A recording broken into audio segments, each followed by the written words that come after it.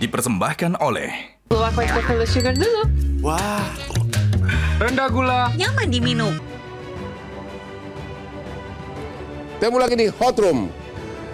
Pak Lalu, Wakil Ketua Komisi DPR Komisi 10, apa tanggapan Bapak, apa yang Bapak ketahui tentang kasus meninggalnya Timothy ini Pak DPR melalui Zoom?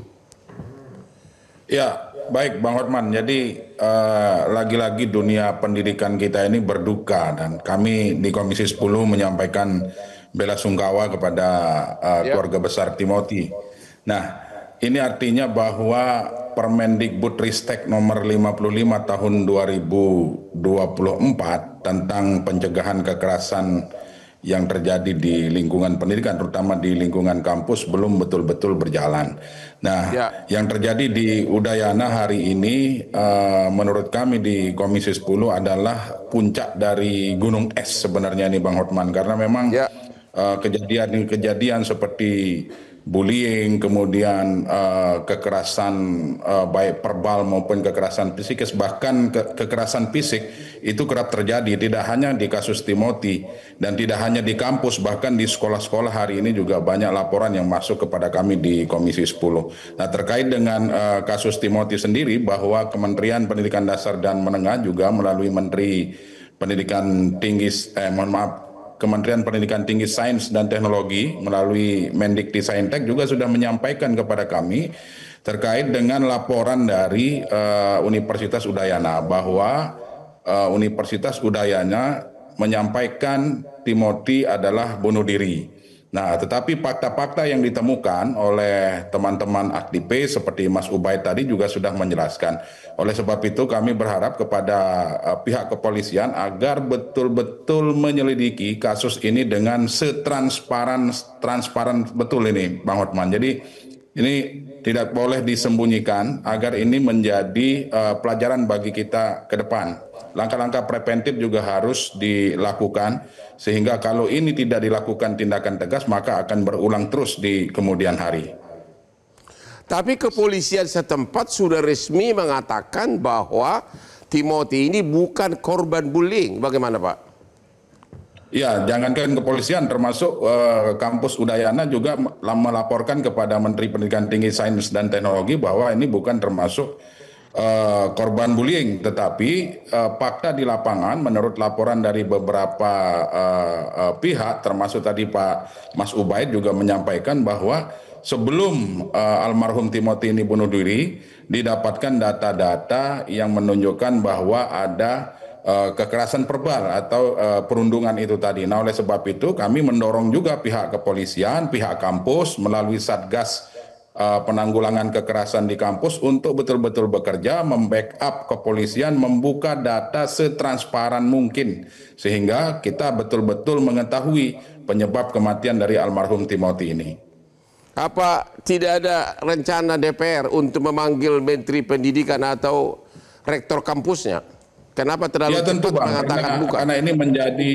Karena ini menjadi perhatian publik dan tentu kami selepas masa reses nanti akan mengundang Menteri Pendidikan Tinggi Sains dan Teknologi untuk menjelaskan ini, termasuk Rektor Udayana, agar kejadian semacam ini tidak boleh terulang lagi. Bahkan hari ini Bang Hotman, kami di Komisi 10 DPR RI sedang melaksanakan revisi Undang-Undang 20 tentang Sisdiknas.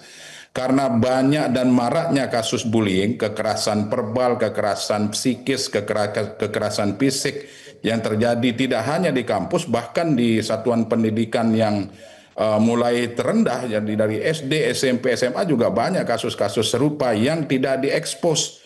Nah, itulah penyebab bahwa kami hari ini di revisi Undang-Undang Sisdiknas fokus untuk memasukkan ini ke dalam pasal-pasal yang akan kami revisi.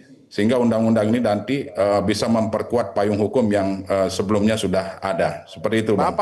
Bapak sendiri secara pribadi lebih percaya mana? Korban bullying atau bunuh diri atau dibunuh?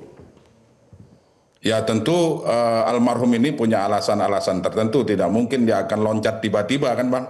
Nah oleh sebab itu karena ini kasus masih dalam tahap penyelidikan, ya tentu kami meminta kepada pihak kepolisian, kemudian pihak kampus, Universitas Udayana untuk membuka setransparansi mungkin kasus ini, tolong jangan ditutup-tutupi. Kita ambil hikmahnya bahwa ke depan kita harus betul-betul menerapkan Permendikbudristek nomor 55 tersebut, karena kampus merupakan bukan tempat untuk adu kekerasan, bukan tempat untuk konflik. Kampus adalah betul-betul tempat untuk aman dan nyaman untuk memperoleh pendidikan yang layak. Artinya DPR tidak akan tinggal diam, akan terus mengikuti kasus ini sampai tuntas, begitu?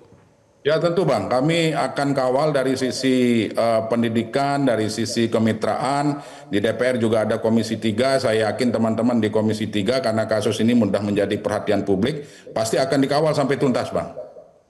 Terima kasih. Ibu Cassandra, bullying itu apa sih? Apa sih bullying dari segi psikolog? Coba. Ya, bullying kan salah satu tindakan yang sifatnya mengandung kekerasan, baik fisik, verbal, psikologis maupun sosial. Ya. Yang tentu saja menimbulkan dampak yang tidak nyaman bagi korban. Ya. Bisa merasa dipermalukan, tersakiti, merasa dilecehkan, dan bahkan menjadi terluka baik secara fisik maupun mental dan sosial. Gejalanya apa kalau orang sudah parah akibat bullying? Apa gejalanya? Yang perlu keluarga tahu gitu loh. Yang jelas pasti ada perasaan tidak nyaman, kemudian mengganggu emosi, mengganggu pikiran, dan biasanya kemudian mereka juga akhirnya menutup diri. Lalu kemudian bisa jadi ada gangguan-gangguan psikologis baik cemas, depresi, atau misalnya ada trauma juga kalau misalnya bulinya begitu besar sehingga bisa ada jejak trauma. Begitu. Apakah bullying itu termasuk chat melalui medsos? Termasuk, itu termasuk. Jadi termasuk. Itu cyberbullying. Dan dalam praktek Ibu sebagai psikolog, berapa banyak kasus bullying ini di Indonesia?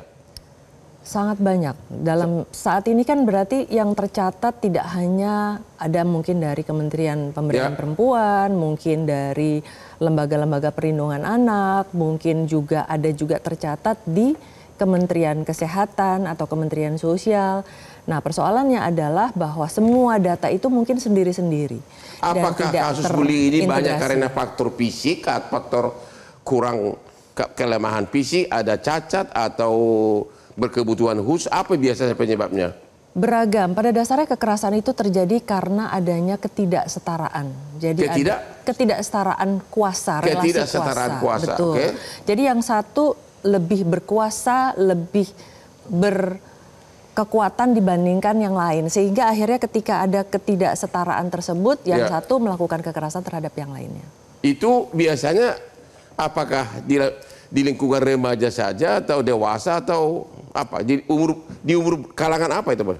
Kenyataannya tadi sudah disebut juga bahwa dari tingkat SD, SMP, SMA, bahkan mungkin di dunia kerja juga ada, di masyarakat ada, ini ada di mana-mana. Ada di mana-mana. Betul, dan persoalannya adalah ketika kekerasan ini terjadi, mungkin yang paling bisa dibuktikan adalah yang dari fisik. Sementara yang dari psikologis, verbalnya, sosialnya, seringkali sulit dibuktikan. Sulit dibuktikan, tetapi bisa, tetapi sulit. Dan ini kembali lagi tergantung kepada itikat baik dari semua pihak untuk bisa menerima dan tidak serta-merta secara mudah untuk mengambil langkah damai. Jelajahi cara baru mendapatkan informasi. Download Metro TV Extend sekarang.